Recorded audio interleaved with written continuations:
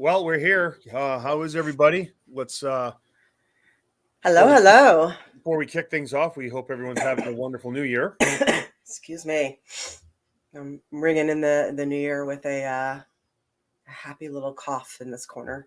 That's okay. Is it the big one or is it? No. Well, it's funny. I was tested. I do not have COVID, and all my friends who had COVID are already done and over with this. Now I have bronchitis, and I still have it. Oh wow. So Okay. we got sick at the same time. They already got it. They're done. They're back in the gym. I'm pissed. It would have been easier to have No. COVID, but no, I've got bronchitis. So Oh, not good. yeah. Well, I tell you what, we're for those of us that are here that are present. Alexa, hello. Thank you for Hey, joining. Alexa. We're going to try an actual introduction. So you're going to witness history right now. Yay. This week on the A Show, the incredible legacy of Betty White, why New Year's resolutions absolutely do not work, and Sex. I guess so. Well, all this and more when we come at you with the A Show. Now to this redundant introduction.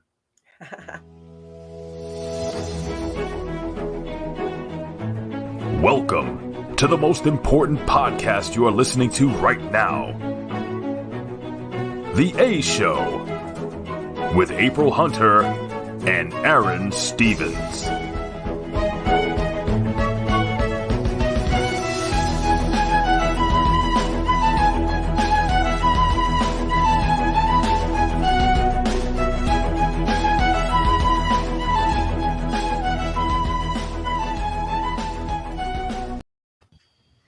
What it do 2022? It's a new year. We're all here. I hope everyone had a great holiday. I hope, of course, we kicked it off with the Festivus party. That's the last you saw of us. April, how are you? Happy New Year. I've been a little better. I've got bronchitis, but you know what they say in wrestling: if you can walk, you can wrestle. If you can talk, you can podcast. So here we are. Hey, there you go. Yeah, there you go. here we are. Okay. You So hear these things of what's that? I was just gonna say hello to everybody. Hello, everybody out there. It's nice to see you guys. Chuck, I would like to say thank you for the headphones. I'm not currently wearing them because I haven't had a chance to figure them out yet, but I will be wearing them. So thank you for the Bluetooth headphones for the show. Awesome. Very cool. Yeah. That's great. Makes life a little bit easier. The gift that keeps on giving the whole year. It does. Yeah. How are you doing? I'm good. I'm very, very good. Or I'm well, actually. I did say, in the introduction how we're going to be hitting on some topics. That's one of the things going forward. We want to do is kind of like have an idea of what we're going to talk about so we can maybe advertise it a little bit. Everyone will have time to kind of marinate on whatever we're deciding to talk about. And it'll actually summarize the show. So if we're talking about something that you don't want to hear, you can just not listen. Or if you're really cool, you can just hit the listen button, go in the other room and do something else or turn the volume down and watch TV or something. So we still get credit for getting listened to. But it'll make it a little easier on you. Again, things have been going well so far. But I was in the grocery store. This was about probably 4 days now. Mm-hmm. And I'm in the grocery store, and I just happened to look at an article that said Betty White is about to celebrate her 100th birthday. It was in one of the on the front page of the magazines, and completely like independent from what I had going on, the lady in front of me said to the cashier, "Hey, did you hear Betty White died?" So it was weird. I was looking at a picture of her getting ready to celebrate her 100th birthday when I heard she passed. And I tell you, it's what a life, what a career, Yeah, what an icon. Yeah, she is probably she saw and did more things than pretty much everyone in the entertainment business. I mean, obviously she's known best for, I think, the Golden Girls, and her, like you had mentioned earlier, her physical comedy as well as her comedic timing. Mm-hmm. But she was also one of the people in entertainment who was loved across every single demographic. Mm-hmm. There isn't anyone of any type that doesn't love Betty White. That's unusual to touch that many people. I think you're right. That's God. I mean, I think she started, it was 1949. Wow. I heard when she began her career, or around that time. And just to have the kind of staying power where you can Yeah. evolve. I mean, you talk about not just another pretty face, about how it truly means it's like what's on the inside counts. Because I mean, Betty White was always beautiful, but as she kind of aged and got along in her years, she still maintained that beauty, both without, but I think it's more importantly from within, because it radiated out past a certain point. And if I got to be around her a couple times in WWE, and it was a joy. She had a little dog that was very nice. Oh, that's so cool. Wow, you actually met her. Yeah. Excuse me. It's funny because growing up, I loved the Golden Girls. Yeah, most people do. How about you, Colin? If you have any thoughts on this, please, because I'm actually pretty passionate about the Golden Girls. Every time when a Golden Girl would pass, it'd be like a little piece of my heart was tugged, because that show, I don't know what it was. It was just so well done, and I think the characters, that was, like, why would I, as a young man, especially even as a younger kid, like growing up, because I was a kid then, and care about these old women that I had nothing in common with, but it was the way the characters were. You really felt each and every character, from Sophia, who, I'm not kidding, my niece Sophie is named after Sophia. And then Dorothy, Blanche, and then Rose, of course, played by Betty White. So who was your favorite Golden Girl? And Colin, please, we want to hear more from you in 2022. Like, who was everyone's favorite Golden Girl? Mine was probably Blanche. Yeah. There was just something about Blanche. I mean, Betty was the wholesome one, right? But now watching in my older years, you get to kind of see a little bit of the innuendo they had that you didn't quite get as a kid. Because I was just like you, Aaron. I was a kid drawn to this show. I watched like Mama's Family, watched like 227, like Green Acres. Like I got stuck watching like Nick at Night. There's no place like home. With your family around you, you're never alone. I know the song. I know the show. It's a very, very good show. So this was definitely to not have any of them around anymore. I mean, I think secretly though, on the Golden Girls, Mama was probably the favorite of everyone. Oh, Sophia? Yeah, Sophia, yes. Yeah, she's snarky. Her one because of her snarkiness. And her honesty. Yeah. Yeah. You know what excuse me. This is not COVID-2. I've also been tested and everything. This is just a bit of a... Everybody's got bronchitis right now. Everyone. But so, no, Dorothy was actually mine, because going back in the show, she was responsible for like so many zingers. Like when Rose would say something, it would be how Dorothy would sell it. You know what I mean? Or she would come back with a one-liner that would just like knock it out of the park. And of course, like how Dorothy was, like, she treated like her mother differently than she did Blanche. And just, she to me was like just kind of like the Golden Girl because of how everything was. But I mean, of course you can't just have one, but like, I'll say she's my favorite, but it's not by a big margin. And yes, Sophia was the youngest. I didn't know that. I was like, wow. Okay. We were discussing that earlier, actually. Yep. Yeah, it was crazy. And like, it's funny because if you watch the pilot of the Golden Girls, it's, again, like with all those older pilots, like there wasn't as much funding that went into them. So they were just a little less, shall we say, like clean than glammed up. Than the later episodes. But it was just funny because Sophia, you could kind of tell she had makeup on, but then by the second episode, it was like, no, she was completely that character and everything just looked so awesome. So there was on that the pilot episode, which highly recommend. Was it I'm blanking on her name, but she calls the ex-husband who she has not talked to, who really screwed her over, to come attend their daughter's wedding. And the husband is just like, who's this? And she's like, it's me. The one where I gave you the best years of my thighs. Yep. Yep. That dry sense of humor. Yeah, I totally appreciate that. So, so good. Yeah. So 8 decades of entertainment Betty White gave us, as Colin pointed out. And I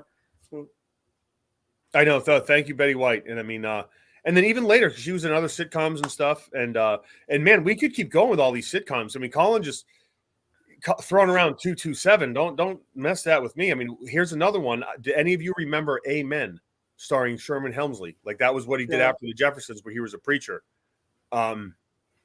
Amen was a pretty cool show. Like I really, really dug it. And all those older shows, you know, it was there was something charming about them. What's Happening? I was a fan of. Yeah, I remember that one. Big time. That was a really, really cool show. And Good Times was just God. Like some of the moments there. And there were so many other, like we're speaking of characters here. Like there were so many characters in those 80s sitcoms that were just every now and then you'd see them. You know, they would pop in. They weren't like even recurring. Recurring would be a stretch because you'd maybe see them once or twice a season. But like the Luke and Lenny, you know, like that always like how we would talk and rhyme and stuff like that. There was just all those shows. It's funny as we're sitting here and kind of like you know, the Betty White thing has us going down memory lane. I often wonder, like, what do you all think? Like today, what do we have out there today that people will be talking about in terms of just you know episodic television? Oh, like, Modern Family, I think. Okay, I can agree with that. Yeah, I think they broke a lot of molds, and you can watch any episode with them and pick it right up. I agree. Yep.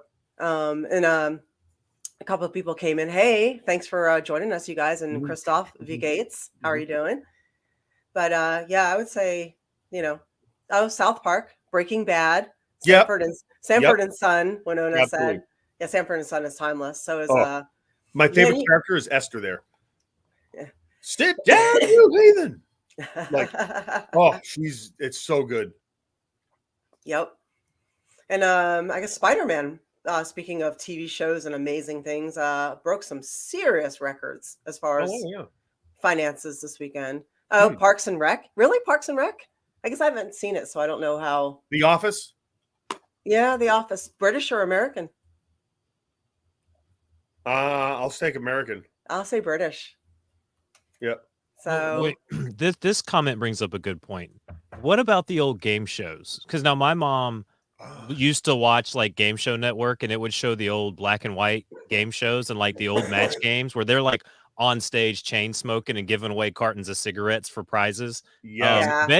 Betty White was huge on shows like that back in the day. Wow. Really? Yeah. Yes. Wow, I didn't know that. Yes. Huh? God, that is nuts, right? Like you would see like the commercials for like doctors smoking cigarettes. Like, haha, it helps you stay, you know. Yeah. God. Helps your digestion. You should have one after dinner every day. Wow. Doctor endorsed. Crazy when you think about it. Like how insane is that? And you know, again, that's a whole nother topic, but yeah. What will they be saying about advertisements today? So it's interesting, but no, again, a true icon and I mean, will be missed, no doubt, because she was actively part of in my opinion, kind of like woven into the fabric of Americana now. Society. Like, you know, Betty White for the last 10 years became, and I don't mean like a parody of herself, but like all she had to do was be Betty White. Yeah, actually, you're right. She was that beloved, where it was just amazing. So that's you know, to hit that status is just crazy. And I mean, again, here's to a life well lived. Betty, thank you for being a friend. There you go. So, there you go. Yeah. I always thought it was weird when they did Being John Malkovich, because there's so many other people they could have done Being such and such of, and it could have been Being Betty White. Yeah, I know, right? Malkovich must have had a great agent. I guess. Yeah. Yeah. But yeah, somebody said there was a Flintstone commercials for cigarettes. I'm sure there was. I mean, I remember being a kid and my mom or dad would send me up to the corner store to pick up a pack of cigarettes for them. I remember the guy leaning over again, I'm slow because of cold medicine. He's leaning over the thing looking at me. He's like, "This is for your parents, right?" I'm like, "Yeah." And he would give me the pack of cigarettes. I'd give him the, I don't know, $2 or whatever it was back then. And he'd give it to me. I'd take it back home to my mom. Like, wow. Yeah, it was different world back then. But yep. So I was saying that Spider-Man did really, really well and The Matrix did not. Which is really interesting considering the time, right? Excuse me. I guess everybody should drink when I cough. Hey, drink, drink, drink. You guys are going to get drunk tonight. Make sure that's a big drink. So I'm wondering if, I think, here's my theory, that fantasy does better in hard times than anything that might kind of even slightly mimic reality. So being as though we're like, in a sort of a way, we're living kind of in a matrix right now. Oh, yeah. Anything that's, I mean, you know what I mean? If you're a critical thinker, or you're kind of like, are we in the matrix or what? Mhm. So if you're in touch with things going on, I mean, something like Spider-Man will do better during hard times. They always said things like vampires, Game of Thrones, these things do well in rough times. So it makes total sense. Well, Spider-Man's just been built up and it's just really good anyway. Yeah. I haven't seen it yet, but somebody here says that he loved the Matrix movie. So I guess it's, it's very subjective. It's kind of like that movie that we both watched the other day. What was that thing called? The one on Netflix? It was a parody of, it was about the comet coming. Don't Look Up. Don't Look Up. Yeah. Yes. So where I loved it, you hated it. Yeah. So. Yep. It was a, one of those like, oh, you have to see this movie. You have to see this movie. All right, let's. So we watched it, and then I thought it was very smart. Watched it and discussed it, and just like it was good. But I mean, what a bleak. I don't want to give it away, but let's just say I'm all for happy endings. But it's dark. It's dark. I will say it was brilliant in terms of how it really kind of made us all look. I mean, this wasn't a take a jab kind of satire. This was like, no, we need to seriously evaluate and look at who we are collectively as people. Like, what are we letting control us? And again, the collective, as we were discussing, is so important. Because you were saying, April, right? How was it when you move to a place? Why is it people are nicer sometimes? Yes, I'm forwarding. Thank you, Jim, for sending this. By the way, I'll forward it to Colin right now. He sent the Flintstones commercial. Maybe Colin can play it. And I do apologize for being coffee and snotty. I'm really sorry about that, but I didn't want to miss the show, and I miss you guys. But yeah, here's what I was wondering, right? So I live in Tampa Bay, and people here are pretty friendly. Like, you walk by them on the street, they wave hi, they say hi, they talk to you in the grocery line. It's a pretty friendly place for the most part. What most people know is that most of the people who live here are transplants from up north. So they're coming from Ohio, New York, Boston, Philadelphia, and areas that are considered, shall we say, less friendly. Even we're getting a lot of Californians now. Hopefully they don't fuck this shit up. I live in California. People are not friendly. Right. So what I was hello. No one said hi. Yeah. So what I'm curious about is what happens to them when they come here. Do they get the sunshine? Is it the vibe, right? So if everybody's friendly, you start becoming friendly. And he was telling me about California. It's a sunny place with shitty people. And if you're around shitty people, then you start getting shitty, right? Because it's just like, why is everybody so fucking shitty? Fuck these people, right? So it's like a collective. It's a collective vibe, right? So if you're around that, magnet. It's a shit magnet. It's the shittiest. But if you're around all that, you start becoming it, whatever it is. So if you're in an area with shitty vibes, no matter how hard you try, maybe you become shitty. And if you're an area with like good, healthy vibes, you become cheerful. So here's the big question. How do we change the collective where we are? Well, April, I don't know, but we have to take a quick break. We have a commercial to see. Yes, we have a commercial. Okay. Oh, look, it's the Flintstones. We'll be right back after these messages.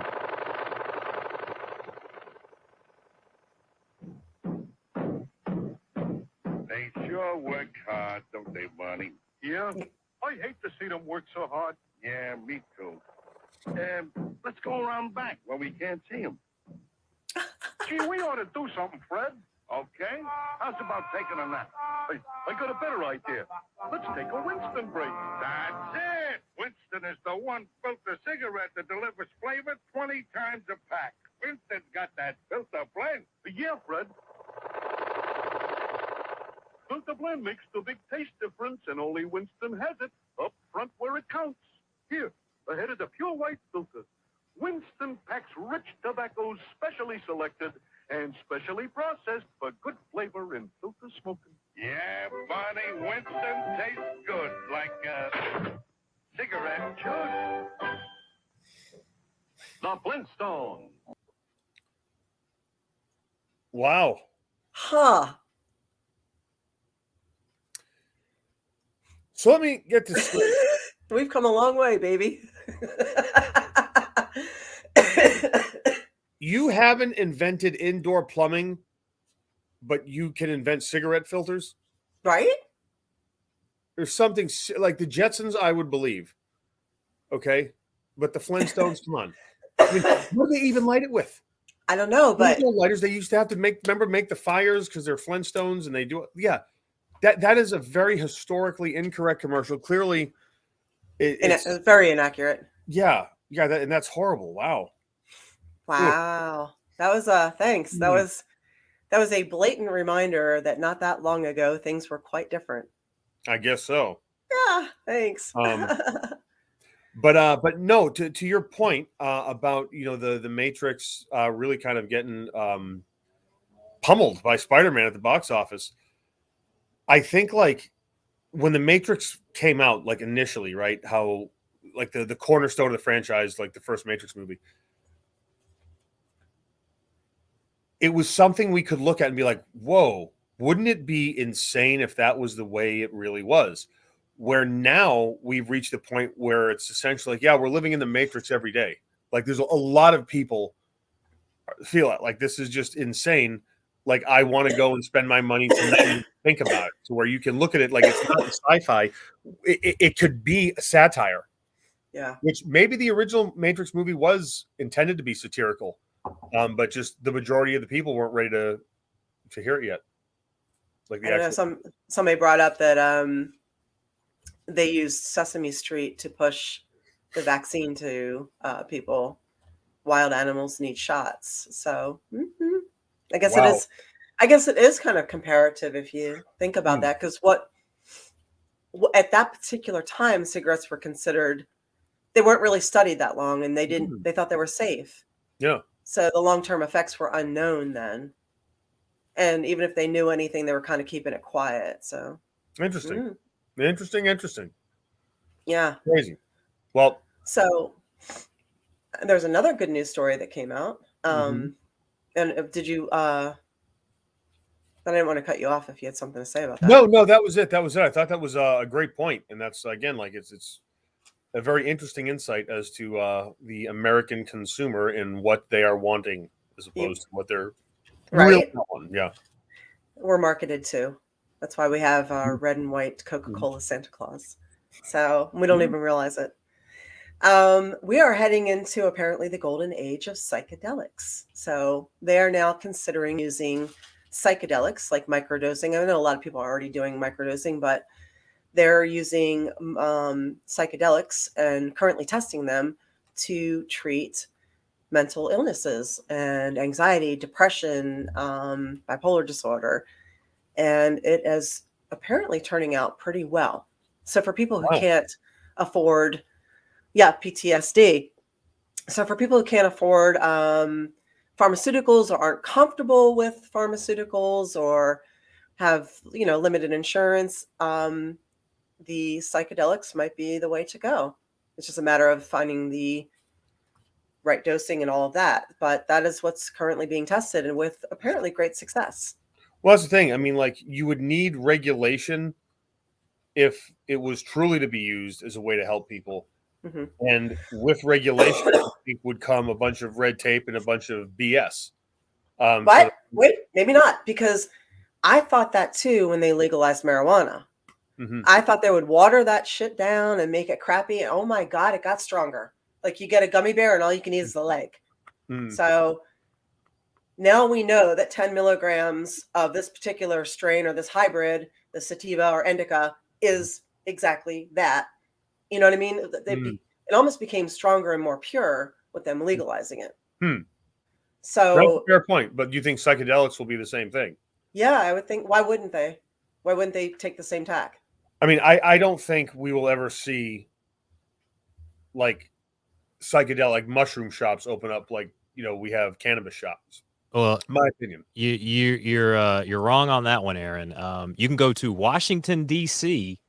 and at their cannabis shops, you can buy chocolate with mushrooms in it, and it tells you if you want to microdose, you eat like, and they're cut like the Hershey bars, like the little squares that the Hershey bars are cut into, and it's like eat one to microdose, eat like 4 to kind of eat like a quarter of a dose, and then like eat half the bar for like a quarter of mushrooms. Like, yeah, they've already got legal in Washington D.C. I mean, the politicians are getting fucked. They're not going to make psychedelic shops. They're just going to put it in with the other, This is Washington D.C. now.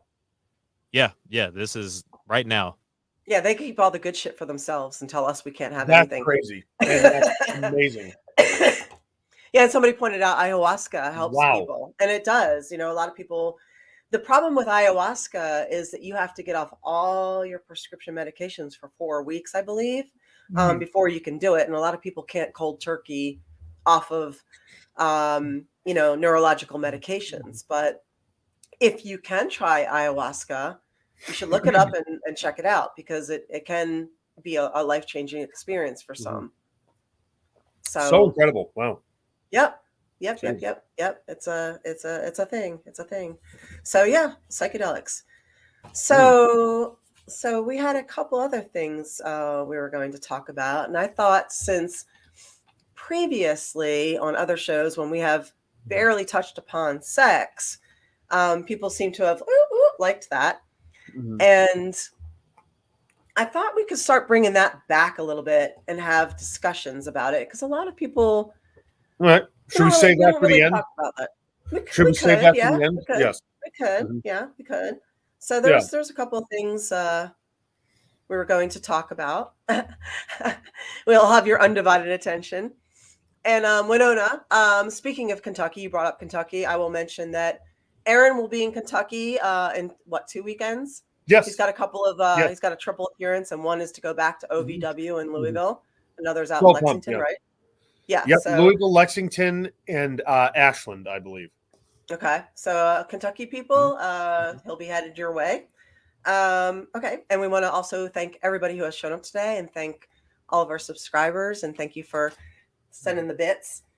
And thank you for our patrons.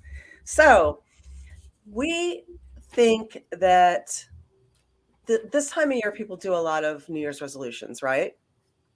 Yep. And we think you should say, fuck the New Year's resolutions. They don't work.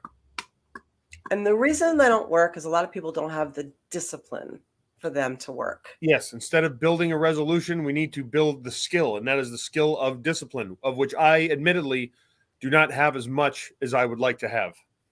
So instead of having New Year's resolutions, we're asking the question, what are you doing now with yourself?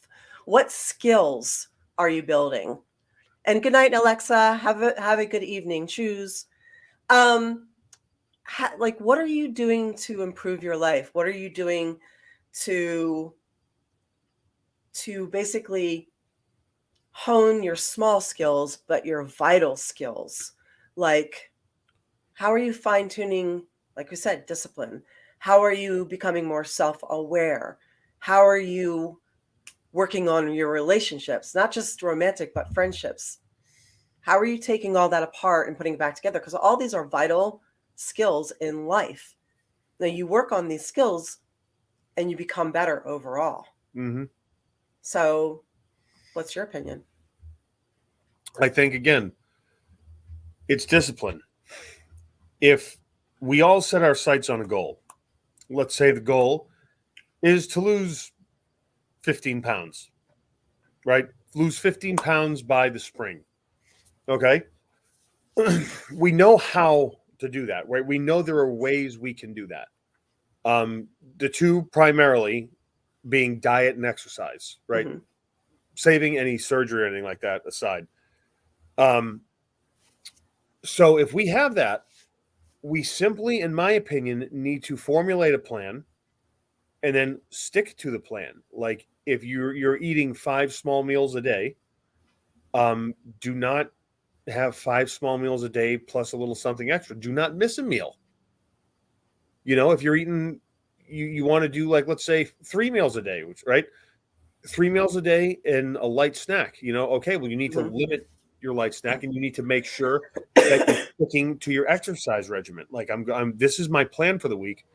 I'm going to do it. And then it becomes formulaic. And then I would think when it's formulaic, that's the results just come seemingly effortless. But with me, my biggest problem is just I've always had an appetite for food, shall we say. And I think we all do. yeah, but I will, again, I find ways to cheat and excuses and everything like that. And I think, again, at the end of the day, discipline will always win in the end. Why I know. What's that? Yeah, accountability buddies help too, for sure. Yes. But I think the hardest part for a lot of people is making the plan and sticking to it. And then to follow that up, when they don't stick with it, they beat themselves up and then throw everything that they have done in the trash. So I think the important part is to realize that if you've screwed up, every minute of every day is a chance to start over. So you don't have to throw everything in the trash. And hi, Sportsmaster, how are you? And yes, gingers do rock.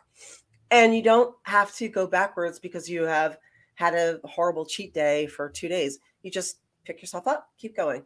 The hardest part of going to the gym is actually getting out the front door, I think. So if you can make that a habit, if you can discipline yourself enough to plan your meals or plan going target shooting, or plan your photography, plan to write 200 words a day. And yes, it does 21 days to make or break a habit, allegedly. I don't know. I'm not sure. I've never followed that rule. I mean, I think you can make a habit quicker than that if you want to. But if you will sit and write everything out and do it almost like a scheduling, you can do it. Yeah. How's the discipline for you? What is the one thing that helps you stay in check? Like, is it me being you're accountable to me because I like nag on you because we're like accountability buddies? It's the accountability and then the progress. Like if I'm trying to get into shape, the progress photos. Mm-hmm. Excuse me. No, that where it's clear as day, black and white. Like this is what it is, and it's an objective perspective. It's one thing to look at yourself in a mirror. It's another thing to look at yourself in a photo, in my opinion. Oh yeah. And that to me is just kind of like sticking to my plan. Now, it doesn't necessarily have to be health related. There's tons of other things you could be wanting to start your own business. Let's say, all right. Well, what steps are you taking? Mm-hmm. Like my resolution is I'm going to finally start that soap business I've always wanted to. What steps are you taking? Are you networking? Are you meeting people? Are you finding out, the ins and outs of it? And again, whatever your goals are, I do think that accountability, at least in my case, is pretty much everything. Because if I'm only have myself to be accountable for, that doesn't work because I have no self-discipline and I need to build that skill. But I really, if we're being perfectly frank, my self-discipline is at the level of a 0. Do you know what you can do every day to have discipline? What? Get out of bed and make your bed. Yeah. And just like that, you have already had discipline. Yeah. I grew up military, and that is something we've always had to do. And you know what you can do when you need to clean your house and you don't know where to start? Clean the kitchen sink. And those are your 2 starting points anywhere. So make the bed, clean the kitchen sink, and then go from there. As long as you're moving forward all the time, a little bit, even if it's a little bit, you're not standing still. What an interesting perspective. Wow. Yeah. Very cool. And Lori, hello. Lori says, call your friends. Hey, Lori. Yeah, absolutely. Yes. Call your friends. Yep. 100%. If they're your real friends, they're going to kick your ass. Oh, and speaking of Lori, journaling. I now keep a journal when I get up, and I have my goals for the day listed out. All that is actually thanks to one of our good friends on the show, Lori. So that's it's a huge deal for me. It gets me up. I write in the book. I say, okay, what am I doing? I try to visualize my day, have some gratitude, and then just put it into action, as they say. Good deal. Very, very good. I've been making all kinds of changes since Festivus. Tell us about that. I just did. Tell us, Aaron. What are some of your changes? I told you I'm journaling. Okay. Journaling and trying to get back on track, of course, with kind of the diet and everything like that. We have going forward, I think 2022 I'm very excited about. And I tend to be an optimist. See, I tend to approach every year, like even last year at this time, I'm going like, oh, thank God 2020 is over. Let's go. Let's get moving. And although there was kind of like an over sentiment of like, oh no, 2021. No, it did not suck as bad as 2020. And what we were talking about before the episode was like, we did a lot in 2021. Like a lot happened in 2021. Yep. A lot of stuff. Like you went on a bunch of trips. Yeah. I had a bunch of acting stuff come up. NWA started with like all kinds of cool 2021 did not suck. Yeah. And like, so I think that's it. Again, the collective tells us it sucks. Yeah. But 2021 didn't suck. If you go back through your pictures on your phone, like I went back through my pictures to do a post on Patreon. And if you're a patron of my April Hunter Patreon, you saw it. And if you're not, you should be. Well, if you love me, you will be. But I went back through my pictures to do a post, and I actually had an amazing year. I had a rough year too. It was a lot of ups and downs. I lost my dog. I lost my flock of chickens. But I had an amazing year too. I went places with my friends. I actually got to go away 4 times. I went camping. I went to the beach. I went to North Georgia to the mountains. I went to 2 or 3 different museums. I got to do things and go places. And like Lori said, I laughed a lot more. I laughed a lot more too. I got to go on several work trips that actually were like, they were work trips, but they were fun. Went out to LA, went up to Maine, Louisville. And I really, if you really, really think about things and kind of stay away from the media and what other people are telling you, was 2021 really that bad? Was 2020 really that bad?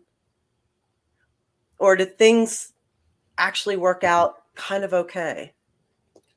Yeah, I mean, I think, look, the initial BS of 2020 was just insane, which, my God, that's 2 years ago now. Can you imagine? Yeah. Oh, yeah. And yeah. So from there, I just think like people were still feeling like, but like, no, a bunch of stuff started opening up. I mean, there was movement. There was forward movement. There was, people, some things going back to normal, some things have changed, but there's forward movement, there's progression. And I think like a lot of people too, like in their own personal lives have kind of moved forward that I've known and I've been around. And I don't think 2021 really sucked at all. I think it was pretty cool. Fred said there was hope in 2021. Yeah. And I know where you're going with that, and I understand what you're saying. Because things seem so total and absolute right now, it's difficult sometimes overall. But Aron actually said something the other day that made sense. Whenever we have dark times like this with absolution and total control or attempts of that, there's always when we live in a capitalist society, there's always a millionaire out there who's going to try and start something different. Like how everybody implemented the bag fees. And then Southwest said, hey, we're the ones that aren't going to do the bag fees. And they'll instantly get the loyalty for the people who are like, fuck these bag fees. So with all this totalitarian stuff going on right now, we have to kind of assume that there are going to be people out there. I mean, we see them, they're speaking out. There are going to be business people who are going to start their own businesses and do their own thing, and they are not going to abide by these rules. They're going to start their own way. And it's always happened like that in history, and it probably always will in this country. So fingers crossed, hopefully that will be the way. So we Human also nature. Our founding we fathers also knew have that's one of the midterms this year, and I do not think it's going to go well for the incumbents. So if you guys do your job, it won't go well. No. There we go. There we go. Anyway, good evening, Felipe. Hey, hello. Thank you for joining us. And So Manolo, I'm glad you're better. You're not sick as you were in 2020. That's a good thing. yes, Winona. Very, very glad to have. I'm very glad to have you all with us, like all of you. So This is cool. I'm trying to keep up with the conversation and like look at the chat too, and it's nice that you guys are having that chat. So it's cool. So that brings us to our fun topic, sex. So I'm not going to be leading this conversation. Oh, please, like you're a freaking virgin. Anyway, this is something I wanted to talk about because, like I said, I've, with or without Aron on here, I've had these conversations a few times and people have perked up a little bit. And this is about having the conversation. So here's something I noticed in my years of being an erotic model or adult model or whatever you want to call it. I don't call it porn because this was never porn. There was never sex, but a nude model. I would often have people write to me and send me requests for various things. Everything from like, can I buy your worn socks to can I buy your used shoes? Can I buy your panties? To even like really, really unusual. Most people must love flea markets. Right? Or yard sales. But here's the thing. They were reaching out to me, a stranger, to buy my used stuff, right? And sometimes you would build up a relationship with some of these customers. They would be repeat buyers. You knew them. And then all of a sudden you didn't hear from them again. And you send them an email every once in a while. Hey, how are you doing? And they would say, well, I can't talk to you anymore. My wife found out that I buy your socks or whatever, your gym socks. It's like, okay. So what that taught me as a model was that there are a lot of people out there who have something going on. They have a particular kink that is completely harmless. It doesn't hurt anyone, but they're not comfortable talking about it. They don't bring it up. They're afraid to be judged. And if you don't have the conversation, the answer is always going to be no. So it made me realize then, as a woman in my 20s or 30s, I was like, I never want to be in that relationship where the guy I'm with has to mail order from some centerfold model to get her panties or her worn sneakers or her dirty socks because I'm not the one providing that. So it kind of gave me an insight to the male mind, but it also gave me an insight to how judgmental women can be or how scary women can be when it comes to, I guess judgmental, right? Is that the word I'm looking for? I guess you call it, I mean, I guess. So it all depends on the person. If like, so people were raised, I think a lot of people were raised with like, some at whatever stage, they kind of had their morals formulated. And as you get into adulthood, I mean, like some things are like, would just be, I can't do that because that's just what they would not even think about it because it's not who I guess they were just never exposed to it. Right.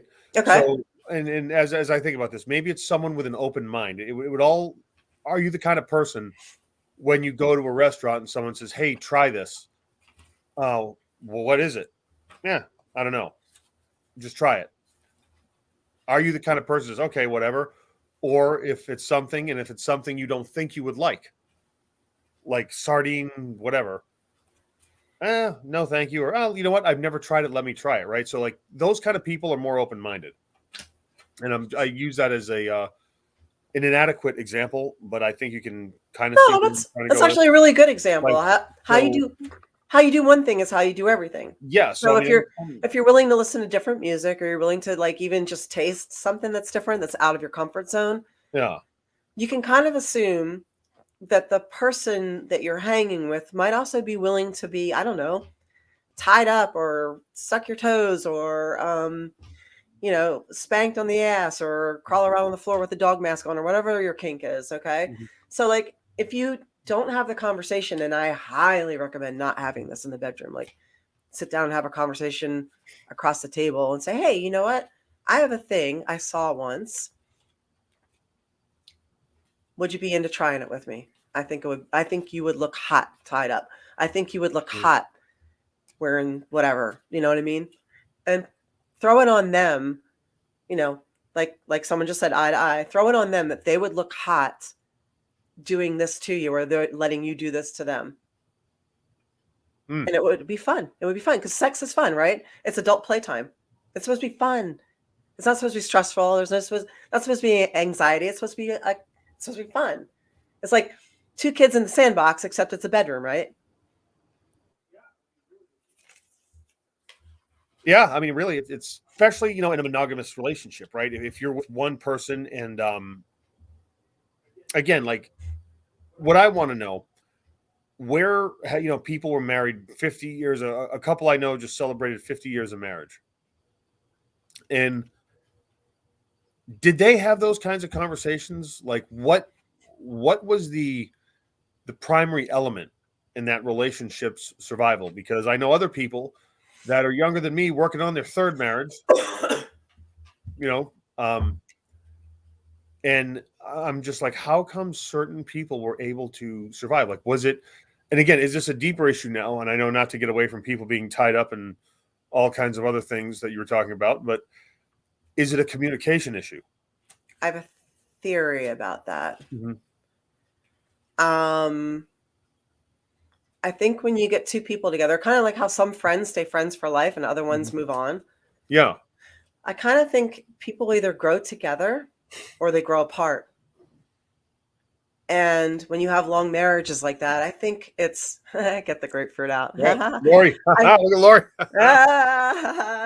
Go get grapefruit. I really honestly think, marriage, okay, here it is.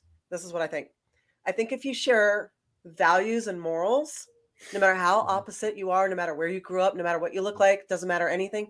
If you share values and morals, you're going to be able to survive because you have that commonality. So when you fight, when you have arguments, your values and morals will align and you will still be able to work things out and not have so much or any contempt for each other because you still see things the same way. And if your timing is good and you treat each other with respect, you will survive 50 years.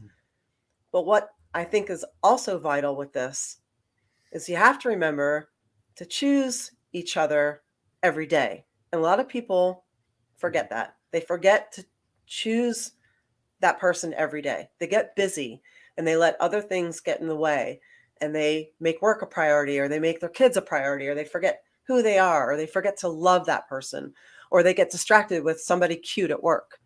And you have to choose that person every fucking day.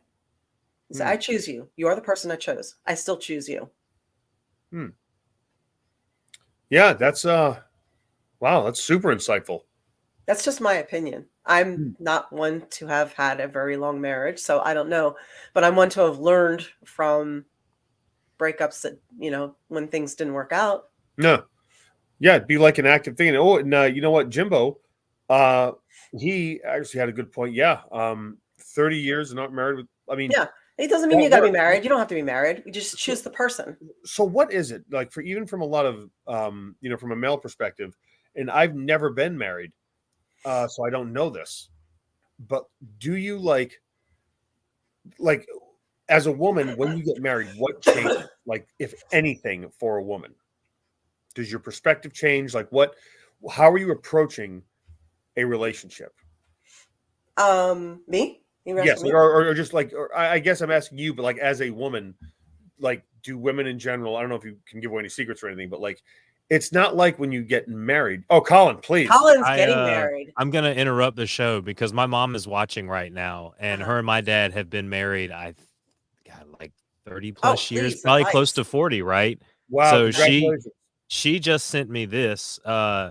April got that right, talking about relationships staying together. So Thank you. so take that as a compliment from someone who's been married as a long time. April, you Thank have the you. right concept Thank of you. how to keep the marriage working. Well, my aunt and uncle have been married like 54 years, and I ask them all the time. I'm like, how? And they like each other. They're still friends. She said 46 years. That's amazing. I Mm. admire that so much. Mm. So, well done. Wow. Well done. Y songs. So, I think, yeah. Go ahead. I didn't mean to. Go ahead. No, April, that's amazing. I mean, good job. I think when people, for women, I think when we get married, for us, from a female perspective, it gives us a little bit more security, a sense of security. It means that you have chosen us above all others. And if you're the type of person that takes it seriously, like you've gone to the point where you've been willing to go through all the bullshit, whether there's a wedding or go to the town hall or say the words or put the ring on or whatever. You've gone through the actual ceremony, and it gives us a sense of, okay, we're in this together. Mm.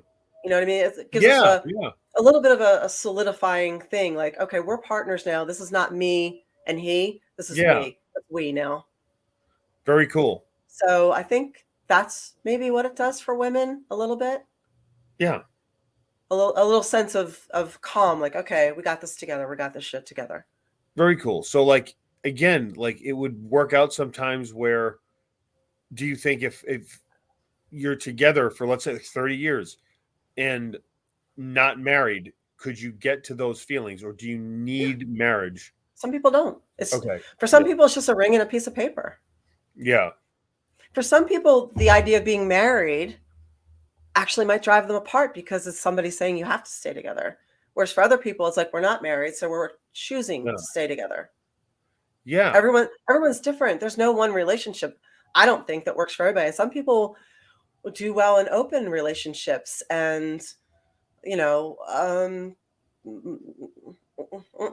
like whatever works. Yeah. You know, some people do Yeah. well monogamous, some people do well non-monogamous. It's everybody has their own thing. Mm-hmm. Yeah. So you find True. what works for you. Sometimes you have to try things to figure out what works for you. Yeah. Yeah. And open-mindedness and communication.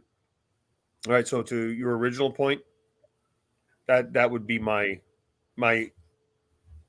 unprofessional observation. Yeah, I think if you are looking for something in the bedroom that you're not getting, I think asking over a meal or you know, in a setting that's not in the bedroom, and it's not always what you say, it's how you say it, phrasing it the right way, and just going for it is your best option. Yeah. You know, because like I said, if you don't ask the question, the answer is always going to be no. Yeah. Yeah. Wow. So And Alexa, her German grandparents will be celebrating their 75th wedding anniversary, November 17th. That's amazing. 75. Wow. Can you imagine that? Wow. That's incredible. Wow. At this point now, I'm really happy to say that I know quite a few people who've been together a very long time. That's amazing. It So really even is. some of my own friends have been together like 25 years. Wow. Yeah. So Another it's thing to look at. it's nice. It's really nice. So it warms the heart. You know, warms the heart, you know. Yeah. But yeah. Yeah. Very cool. Very, very cool. That's tell you what, now again, I know we got off into kind of like a thing about relationships. It was interesting though how the conversation took that turn because I think it was, you know, we were expecting probably a little more lively conversation in terms of the More grapefruit? Or wait, more grapefruit? Yes. And I don't even know what the grapefruit thing means, but I'll assume. Oh, well, we can talk grapefruit next week. Yes, we'll talk. Yeah. So next week on the A Show, grapefruit. Uh-huh. So while we're here, do we want to take any of your New Year's resolutions and how you plan again? Like, what are you going to do for discipline? Because we were saying resolutions, but building skills to attain your goals contained in your resolution, that's a different set. Would you not agree? Yeah, Mm. definitely. So what do y'all have going on? If you want to type it up, would love to hear it. Colin, do you have any New Year's resolutions? Not really. No, I don't really partake in the New Year resolution There's type no of need. thing. Good for There's no- you. Good for no need. you. Yeah, I'm going to try and write more. So Okay, cool. that's more about discipline, though. I'm going to discipline myself to write more often. What would you like to write? What kind of things can we see from you? Like, do you have any goals you'd like to share with the whole group? Sure. Well, I'm currently working on writing a television pilot with you. Yes.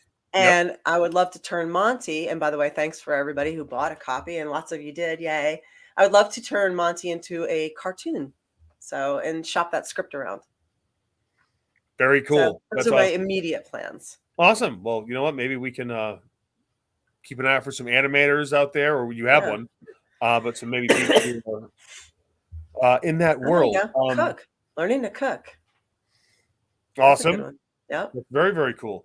Oh. Invest stock and to train to wrestle. Mr. Marvelous, invest in stock, yes, but don't train to wrestle. Let him live his dreams. They have to learn their own way.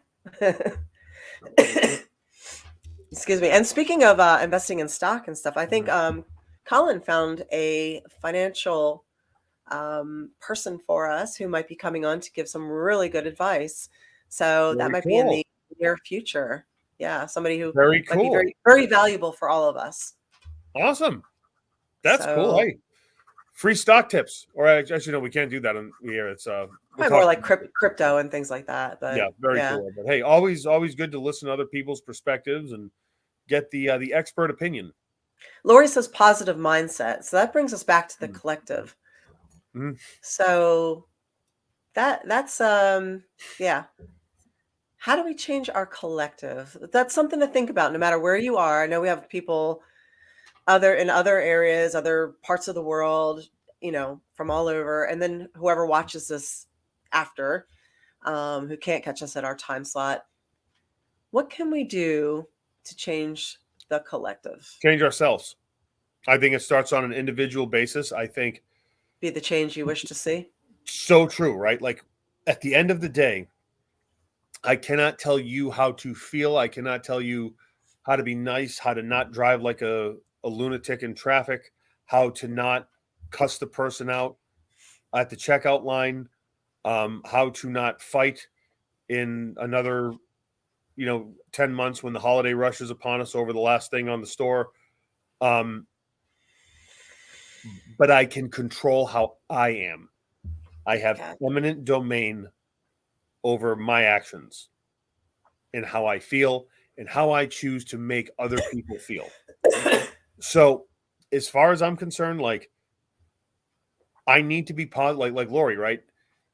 You need to be positive. You need to have a positive outlook because you know what? Whatever happens, just overcome it with whether it's kindness or going back to the Betty White, to where you just radiate joy, you radiate happiness, you radiate calmness. Just take an extra second and smile at the person that's bagging your groceries and ask them, "Hey, how you doing today? You okay? Thank you very much." Do you know what works better sometimes? Get the door for someone. And that if we change ourselves as individuals, you will be amazed at how, it's proven, right? Oprah said this shit, like one act of kindness will spread and that will spread to another act of kindness. Yes. Can you imagine if we were all radiating kindness all the time? Do you imagine like if she wasn't off TV, things would be better? Yeah. No, but honestly, saying thank you, whether it's to yourself, you sit in the car and you go, thank you, thank you, thank you. It changes your vibration to a more positive energy. Or thanking people like you're talking about the guy who bags the groceries. I always say, hey, thank you for bagging my groceries. Yeah. Like, thank people for what they're doing. Yes. So yeah, that's good one. Good one. And here's a fun thing. Here's a couple of fun things that will make you immediately smarter and more amazing to your friends. Since so many people are ill right now or under the weather, do you guys know what under the weather, where that originated from? It came from the sailors. When the seas got very choppy and the storms came in, they would head underneath into the ship's hull to avoid the weather and go under the weather so they wouldn't get seasick. Imagine that. Isn't that something? And we say that all the time. We say it every day. I'm feeling under the weather. I guess that's just another word for have a roof over my head. Right? Like that. Think about it. That could be a whole new thing. Like, hey, how are you? Hey, full fridge and I'm under the weather. I'm really under all the bullshit that's going on. That's great. I guess. How about my favorite still is the rule of thumb, though. Yeah, that's crazy. I think you should tell them that, not me, because that one. We use rule of thumb like it's nothing. And the rule of thumb comes from the fact that you were legally allowed to beat your wife as long as what you were beating her with was not thicker than your thumb. That is the rule of thumb. So imagine those arguments, those court cases. Okay, rule of nip thumb. it in the butt. Yeah, that's the other thing. I Nip it in the butt. Okay, you're not going to nip anything in the butt. We're not biting asses here. Okay, you nip it in the bud, so the problem doesn't keep growing. Okay, you want to bite some ass? Go ahead, do that. But your problem is still going to keep growing. You have to nip the bud. So all the people that say nip it in the butt just crack me up. I'm like, what are you doing? You're bastardizing your own language. How do you not know your English? So, yep, there is. And there's the twitch. Well, wait, I can do it too. Just because I have bronchitis. Wait, hang on. Oh, you can't see it as much in a black t-shirt. Hang on. Let me pull that shiz down. They're congested. I know. I got congested titties. Hang on. Well, and once again, you win. But the twitch. That means we're coming to the end of this week's episode. How was everybody again? Like before we sign off, you win. Great job, ready. And, hey, I haven't been to the gym in like 10 days. It's my only exercise. Yeah, I can't wait to go back. Hey, one thing at a time. You got to just kind of make sure you heal. I know. And I know.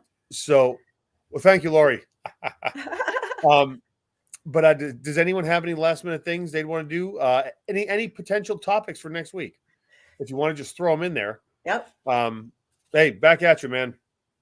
Yep. So thank you. It was very nice to see you guys. We missed you last week, but it was a perfect week for me to get sick, so I don't have to worry about talking too much. Oh, Eva says actual sex. Oh, thank you for the bits, you guys. Thank you, Alexa. Right. Thank you. Yeah, so we will come up with some more sexy topics. Yeah. You got it. Sounds good. Well, and we are both working on an appearance for a tentative appearance. We're looking at trying to get over to WrestleCon in Fort Worth, Texas. So we're trying to sort that out. So possibly if you want to see us in person, that might be where we're headed. So we'll see. Sounds good. And you never know. So again, if you like the show, tell a friend. If you don't, tell an enemy. And thank you for joining us on our first episode of the 2022 edition. Yes, thank you very much. Mwah. Have a good night. Peace.